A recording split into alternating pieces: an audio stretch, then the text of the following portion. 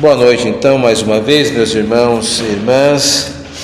Graças a Deus estamos aqui, quarta-feira, dia 29 de maio de 2024, até que o Senhor tem nos ajudado. Então, hoje nós vamos continuar nosso estudo de caráter mais apologético, uma terceira aula. Nós estamos usando como roteiro o texto do Razão para Crer, do R.C. Sproul. Este livro ele saiu de edição, não se encontra mais, a não ser por sebos, livros mais antigos, e é um primor, um livro antigo, mas que tem algumas perguntas dos incrédulos para nós, e eu creio que nós precisamos estar sempre prontos para responder a eles de uma maneira que venha honrar o Senhor. Então nós temos hoje duas perguntas que comumente os incrédulos fazem, e que a gente precisa ter pelo menos alguns princípios, alguns pontuamentos, Sproul oferece aqui duas perguntas. A primeira é por que Deus permite o sofrimento. Então nós vamos olhar um pouco alguns argumentos que vão jogar luz sobre esse assunto. A segunda pergunta, que geralmente os incrédulos fazem: quando você morre, está morto, não há mais nada. Esta é uma pergunta, mas é uma afirmação dos incrédulos. E nós vamos ver então um pouco sobre a morte, esse é o segundo assunto, e aí nós vamos trabalhar com estes dois hoje. Então vamos começar porque Deus permite o sofrimento. Bom, o sofrimento é um assunto muito difícil de abordar, porque é um assunto de forma muito pessoal. Todos nós aqui experimentamos alguma espécie de sofrimento em alguma esfera da nossa vida já na nossa curta trajetória nesta terra. E quando se pensa na existência de Deus com sua bondade e misericórdia, alguns críticos utilizam a existência do sofrimento no mundo para atacar sua pessoa. Então, fome em países pobres, pessoas que nascem com deficiências naturais, são apenas alguns assuntos correlacionados que são apresentados nesse momento. Sproul apresenta 4 abordagens que nos podem ser úteis quando formos provocados a dar alguma justificativa cristã a essas questões, Sofrimentos como, por exemplo, estamos vendo na países que estão em guerra, como a Ucrânia e a Rússia, onde pessoas, crianças, mulheres são bombardeadas. Nós estamos vendo também o grande desastre que aconteceu no Rio Grande do Sul. Então isso, por vezes, pode ser utilizado para nos confrontar. Então vamos ver aqui 4 posicionamentos que acho que nos vão jogar luz aqui. Então o primeiro posicionamento em relação ao sofrimento o sofrimento é real e não pode ser tratado de maneira simplista. Ninguém pode nos explicar por que devemos sofrer. O cristão deve reconhecer abertamente a presença da tragédia na vida. Qualquer tentativa de dar respostas prontas para o sofrimento será desprezada. Isto é importante. Essa maneira humilde de abordar esse assunto pode ser libertadora. Não é saudável acreditar que neste mundo teremos todas as respostas sobre questões do tipo do porquê determinadas pessoas sofrem e outras não. Veja o caso do personagem Asaf. Em seu salmo de número 73, há visível desconforto quando este confronta a realidade e vê pessoas ricas sendo poupadas de sofrimento, mesmo sendo más. Apenas quando vai ao templo tem seu coração pacificado. Então, no decorrer da nossa vida, nós encontraremos sofrimentos, e a primeira abordagem que devemos ter em relação a isso é não simplificar. Darei um exemplo sobre isso. Esses tempos atrás nós enfrentamos a pandemia. Foram 2 anos muito difíceis. E se alguém disser para você que sabe por que ela aconteceu, não está falando a verdade. Uma vez que é um evento de proporções mundiais, como é que alguém pode dizer exatamente o que aconteceu ou por que aconteceu? Não que algumas pessoas não tentem, mas aí é um simplismo. Nós não podemos saber. Nós sabemos que Deus tem seus propósitos, como vamos ver, mas eu creio que a primeira posição em relação ao sofrimento é não ir até ele com todas as respostas. Isto não vale apenas para grandes sofrimentos como catástrofes ou como injustiças sociais, como o Salmo 73. Por exemplo, quando nós temos que ir a um funeral, não cabe nenhum tipo de explicação porque a pessoa nos deixou ou mais cedo ou mais tarde do que alguns esperavam. Simplesmente nos cabe confortar a família que está enlutada. Sofrimento não é para a gente entender, é para a gente conviver. Vamos ver aqui um segundo posicionamento que vai agregar mais informação para a gente sobre esse assunto. Todo sofrimento está dentro do âmbito da soberania divina. Trechos na Bíblia, como a história de Jó, nos ensinam que, embora saibamos com certeza que todo sofrimento se enquadra no esquema da soberania de Deus, existem, porém, elementos do mesmo que ele preferiu não revelar. E é nesse ponto que a confiança na vida do cristão é realmente provada. Até fazendo coro ao que Sproul está dizendo, esta parte pertence a ele, é que no livro de Jó, se você é um bom observador, você percebeu que o leitor sabe o que está acontecendo com Jó, mas o próprio personagem não sabe.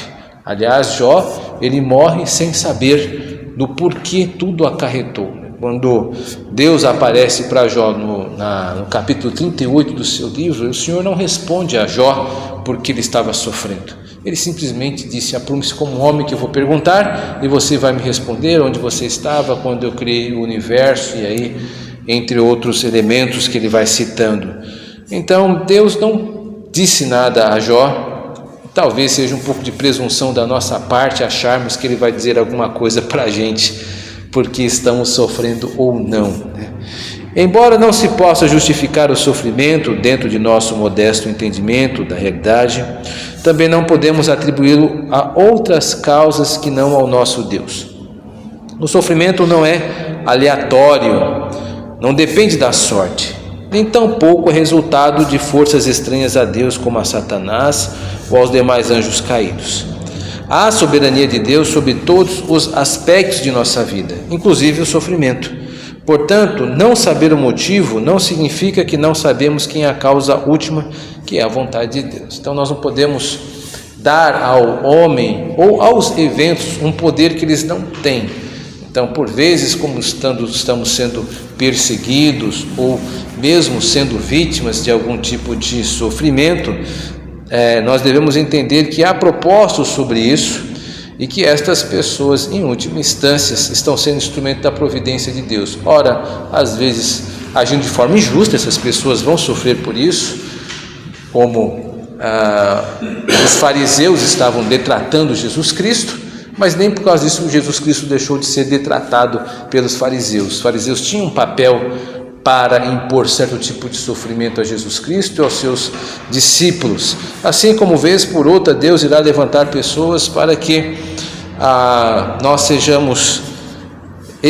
experimentamos alguma espécie de sofrimento, mas isso não dá a essas pessoas poderes sobre a nossa vida. Em algum momento, quando Deus achar por bem que esta situação deve cessar, ela cessará.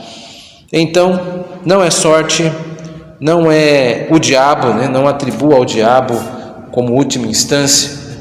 Há um Deus sobre as forças malignas. Nós devemos apenas suportar em Deus quando isso ocorrer. Um terceiro posicionamento: o sofrimento está ligado ao pecado, mas as pessoas nem sempre sofrem por porção direta ao seu pecado. O sofrimento é uma consequência da queda do homem. Ele é um produto do pecado, mas não há uma proporção direta, né? Certamente o pecado é fonte de sofrimento. Pecamos contra Deus de várias maneiras, inclusive ao pecar contra o próximo. Foi isso que entendeu Davi no Salmo 51. Construído, tendo como pano de fundo o pecado dele com Betseba. Pequei contra ti somente. Mesmo tendo adulterado e matado Urias, crimes terríveis, em última instância, era Deus que atacava, sua lei e sua vontade expressa e revelada nas Escrituras Sagradas. Então veja, todo pecado que nós cometemos, mesmo contra as pessoas, supomos se você tem algum desafeto, e você acaba querendo se vingar e até tem êxito na sua vingança, como Davi de certa maneira obteve por matar o esposo de Betseba, isto não é contra a pessoa que está sendo objeto do seu desfavor, isso é contra Deus. A sua lei está sendo agredida, porque o Senhor estabelece que nós devemos amar o próximo como a nós mesmos. O Senhor estabelece que nós não devemos pagar mal com mal, e com certeza aquilo que nós plantamos nós iremos colher. Então, em última instância, todo o sofrimento que podemos receber é advindo do nosso pecado contra Deus. Agora, nesta primeira parte, que eu acabei não falando tanto, é de suma importância. Percebemos que nem sempre o pecado ele será tratado de forma proporcional. Veja no caso de Adão e Eva, quando em Gênesis 2, verso 15, o Senhor disse a Adão que ele morreria quando comesse do fruto, e de fato ele morre espiritualmente, ele perde comunhão com Deus, mas isso não obstacularizou Deus ir de encontro a Adão e confrontá-lo. Então, até o confronto que Deus tem com Adão e Eva é uma manifestação da sua graça. Se Deus fosse tratá-lo de maneira proporcional com a sua ofensa, naquele mesmo momento Adão seria fulminado, ou no mínimo seria afastado de forma imediata da presença de Deus, e não foi isso que aconteceu. O Senhor os confrontou, publicou a sentença de cada uma daqueles entes, né, Adão, Eva e a serpente, e a partir depois disso os expulsou do jardim do Éden, mas mesmo assim com algum equipamento para continuar vivendo. Por exemplo, Eva continuaria dando à luz a filhos, porém agora com dor. Adão continuaria retirando do solo o seu sustento, entretanto agora com sofrimento, e não mais com tanta facilidade quanto o texto dá a entender que tinha. Então, Deus não nos trata conforme os nossos pecados, como a Bíblia diz, caso contrário, nós todos seremos exterminados. Quarto posicionamento: Deus usa o sofrimento como meio de redenção. Cristo é o modelo do servo sofredor. Todos os cristãos são chamados a participarem das dores de Cristo. Os sofrimentos são instrumentos de Deus para os seus propósitos. Podem ser uma maneira de nos disciplinar, como enfatiza o autor da Epístola aos Hebreus: o Senhor corrige a quem ama e açoita todo filho a quem recebe. Hebreus 2:12-6. Podem os sofrimentos ser uma maneira de Deus confirmar nossa adesão à sua família. Amados, não estranheis o fogo ardente que surge no meio de vós, destinado a provar-vos como se alguma coisa extraordinária estivesse acontecendo.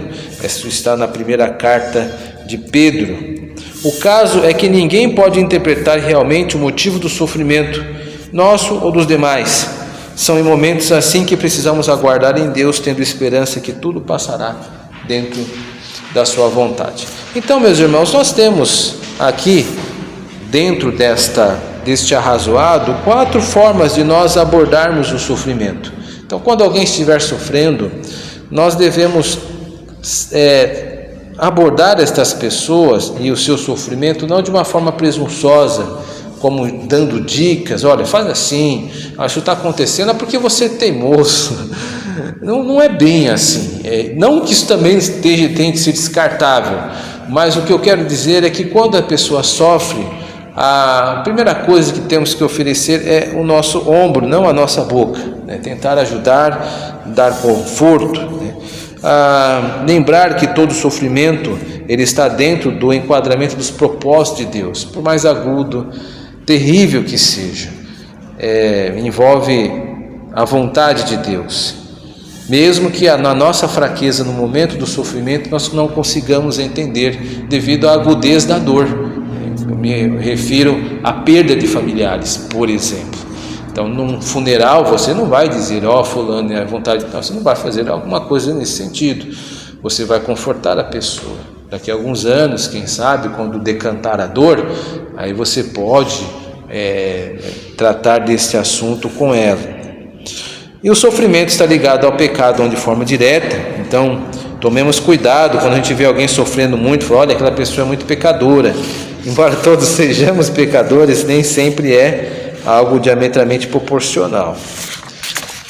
Então, dito isso, eu creio que esses 4 posicionamentos serão úteis para nós tratarmos deste assunto quando surgir em nossa vida. Agora vamos entrar num outro assunto, que é a questão da fala, né? Quando você morre, está morto, não há mais nada. Então há aqui, claro, que nós conseguimos perceber um grande grau de incredulidade, né? A pessoa que diz isso é uma pessoa que vive pelo materialismo. Ela não vê nada além daquilo que está ao seu redor. Sproul, então, ele vai nos apresentar, nós vamos ver 2 correntes de pensamento aqui. Primeiro, Sproul, ele vai apresentar um homem, uma mentalidade que deu algumas respostas pela lógica acerca da morte. Apresentará também alguma argumentação bíblica. E logo depois nós veremos um livro chamado Fundamentos da Teologia Cristã, que aborda esse assunto de forma muito prática. Então vamos lá. Vamos começar pela argumentação lógica para a vida após a morte. Muitas mentes se debruçaram para tratar esse tema. De muitos, Kant, estou falando de Immanuel Kant, né, apresenta-se sob a perspectiva da existência da justiça. Ele notou que a justiça nem sempre prevalece neste mundo. Então, deve haver um lugar em que ela prevaleça. Para que a justiça prevaleça, vários fatores devem ser computados. Então, ele vai apresentar aqui algumas maneiras como Kant abordou esse assunto. É interessante porque Kant não era cristão. Ele era, de certa forma, cético. Mas a própria lógica ética o faz ver alguns traços que vão impulsionar a humanidade a Deus. Vamos lá. Temos de sobreviver à sepultura, esse é o primeiro traço. A fim de que haja justiça, é necessário que existam pessoas para recebê-la. Desde que não a recebemos neste mundo, devemos transcender à sepultura.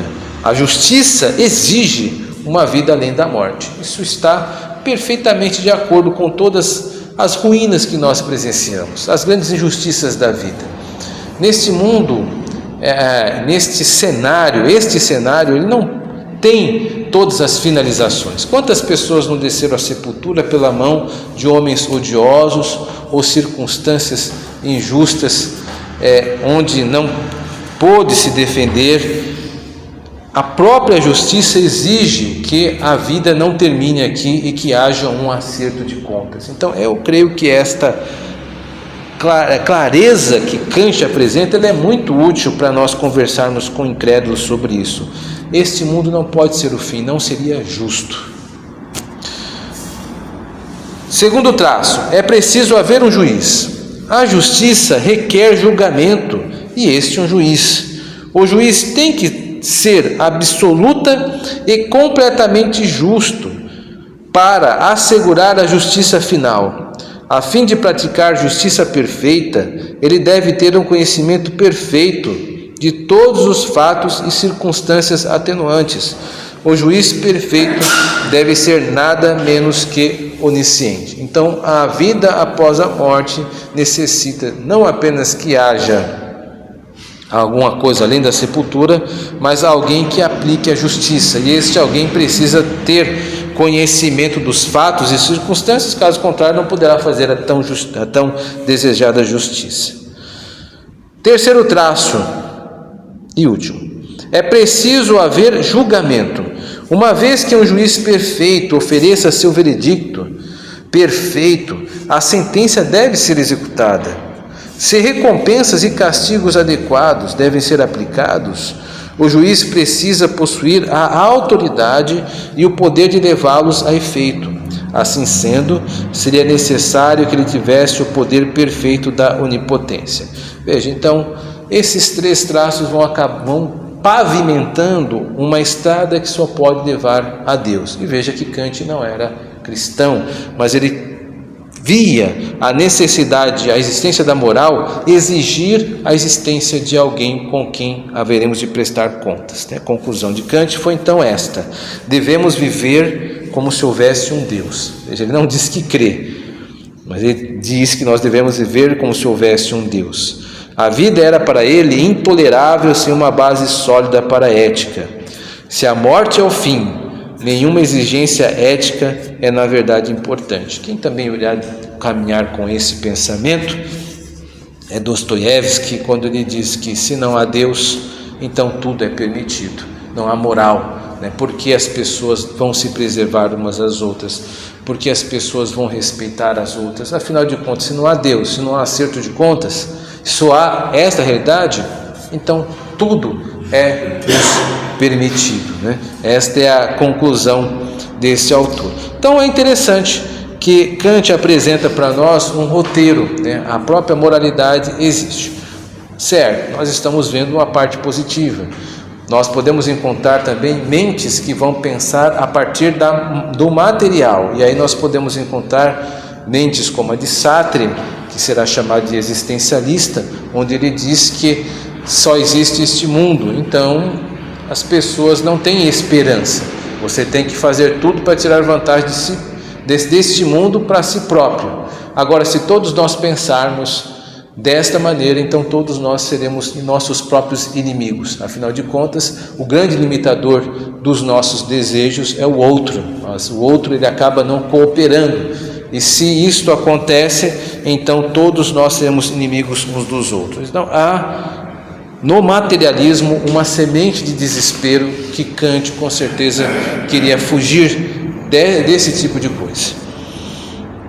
Agora vamos para um olhar mais bíblico. Qual a argumentação bíblica para a vida e a morte? Então ele vai oferecer aqui umas respostas bastante simples. Vamos lá. Cristo foi ressuscitado dentre os mortos. A lógica desta declaração é quase engraçada em sua simplicidade. Se Cristo ressuscitou, então existe vida após a morte. Então a própria figura histórica de Jesus Cristo afiança que existe uma vida após a morte.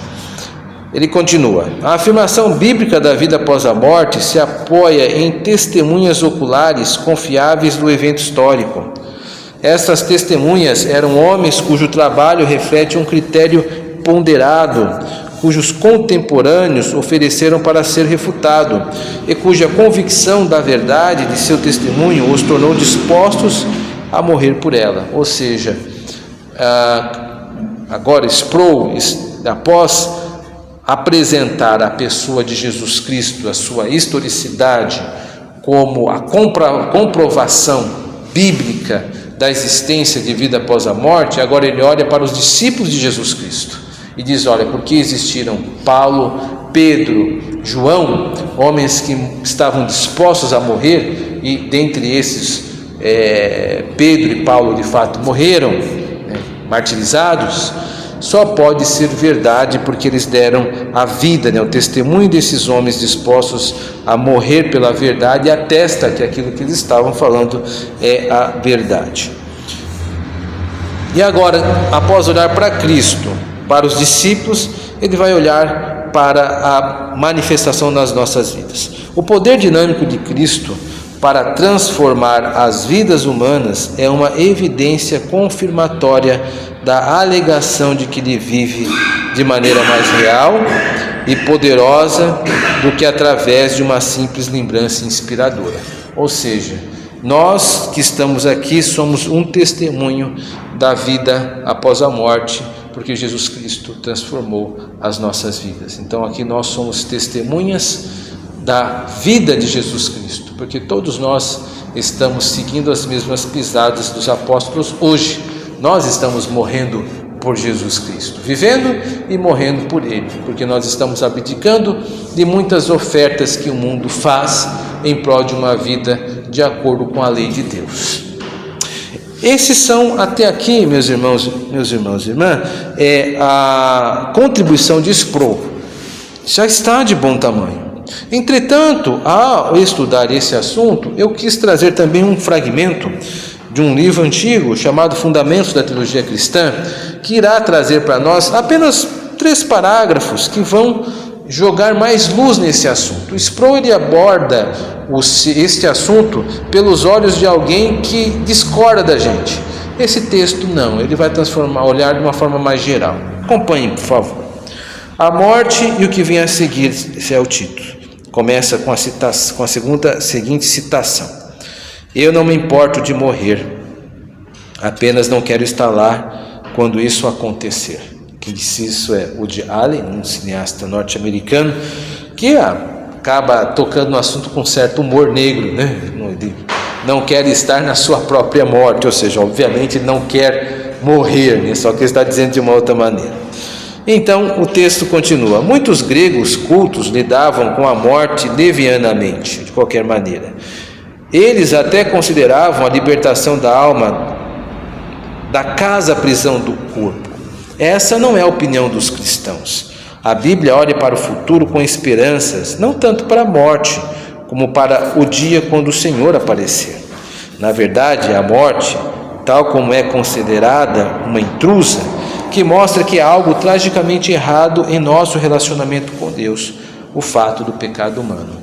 Irmãos, isso é tão esclarecedor. Por exemplo, por vezes nós temos que ir em funerais de pessoas não cristãs.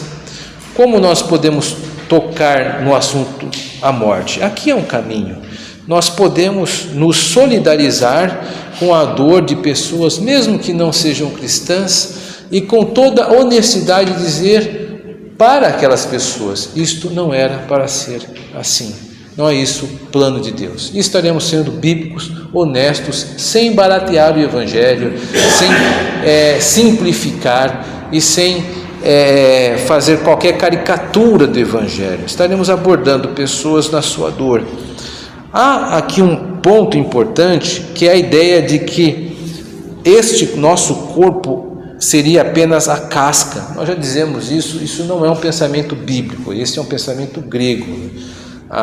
Para nós cristãos, o corpo é importante. Então, quando nós formos ao cemitério, é totalmente correto você depositar, levar flores ou fazer alguma homenagem, isso não tem problema. Por quê?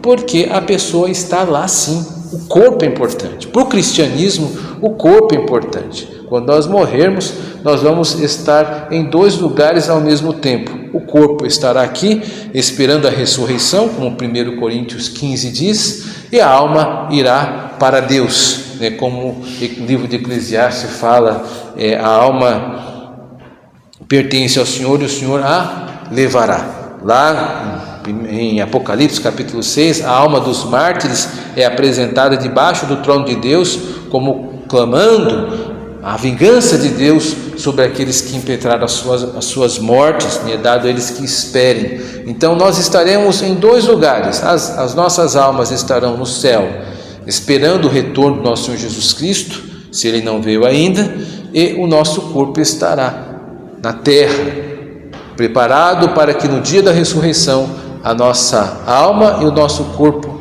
se unam. Então, quando nós morrermos, ainda quando Jesus Cristo não voltar, nós estaremos em dois lugares ao mesmo tempo. Esse não é o ideal. Então o céu, ele é um lugar intermediário.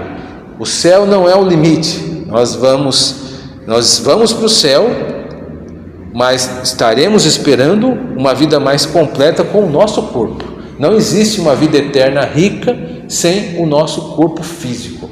Esse não é o pensamento grego. Então, se você for ao cemitério, não diga isso, isso aqui é apenas a casca. Não, é importante, haverá a ressurreição dos corpos. Há um outro texto também, outro parágrafo que segue uma linha enriquecedora. Os escritores bíblicos consideravam a morte não tanto um simples fato biológico, mas um símbolo do pronunciamento de Deus de que a situação humana está errada. A morte vem como um salário do pecado, e a morte dá um aguilhão à morte. Na verdade seria a morte dá um aguilhão ao pecado, né? Que ficou redundante. Não devemos encará-la como indiferença cavalheiresca, como mera separação das limitações físicas. Nem o sentimento de perda e separação da morte deve ser simplesmente descartado. Então está dizendo que não é apenas a morte biológica que deve interessar o cristão, mas a condição espiritual daqueles que estão ali naquele momento fúnebre, né? E nós direcionarmos para o grande problema que a morte é, e a morte é o resultado do pecado. As pessoas morrem por causa do pecado. O pecado é o problema, não a morte. A morte é uma consequência do pecado. Por fim, apenas quando avaliamos totalmente a tragédia da morte, podemos de fato captar o evangelho cristão da vitória sobre ela. Quando Cristo resolveu o problema do pecado, que dá à morte o seu aguilhão, o seu horror foi aniquilado, a morte foi tragada na vitória. Portanto, agora, para o crente, nossa situação nova é diferente. A morte é vista de duas maneiras básicas. De certo modo, é simplesmente partir e estar com Cristo, que Paulo descreve como sendo muito melhor que a nossa vida atual. Mas também a morte é vista como um sono, do qual o crente acorda na agradável luz matinal do céu. Então aqui é uma metáfora, do estarmos dormindo. Nós não estaremos dormindo, é um eufemismo, é uma metáfora, porque a pessoa, quando está morta, parece estar dormindo. Nós estaremos despertos, sim, junto com o Senhor, quando Deus nos levar. Então eu espero que esses dois assuntos possam nos enriquecer e nos ajudar. Caso algum incrédulo toque nesses assuntos, nós temos algum tipo de argumentos para tratar com eles. Que Deus nos abençoe.